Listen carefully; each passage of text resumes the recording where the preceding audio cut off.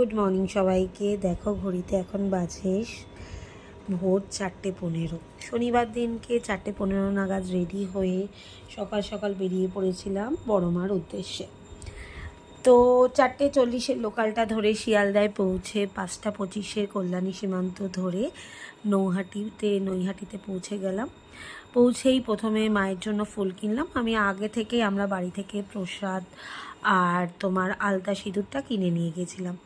একটা তোমাদের গল্প বলি, এই বড়মার কাছে কিন্তু আমার দিদি, জামাইবাবু, বোনের বর, পিসি, আমার বর, ভাই সবাই এসছে গাড়ি করে, কিন্তু আমি কোনো দিনও আসিনি। ওই যে বলে না, ভগবান না ডাকলে তার কাছে আসা যায় না।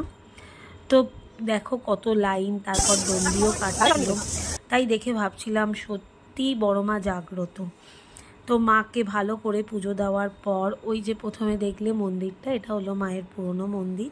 ওখানে অঞ্জলি দিলাম। অঞ্জলি দেওয়ার পর তারপর গঙ্গার পরে এসে একটু কিছুক্ষণ দাঁড়িয়ে হাওয়া খেয়ে তারপর গঙ্গা জলও নিলাম। একটু লুচি আর ছোলার ডাল খেয়ে আমরা বেরিয়ে পড়লাম বাড়ির উদ্দেশ্যে।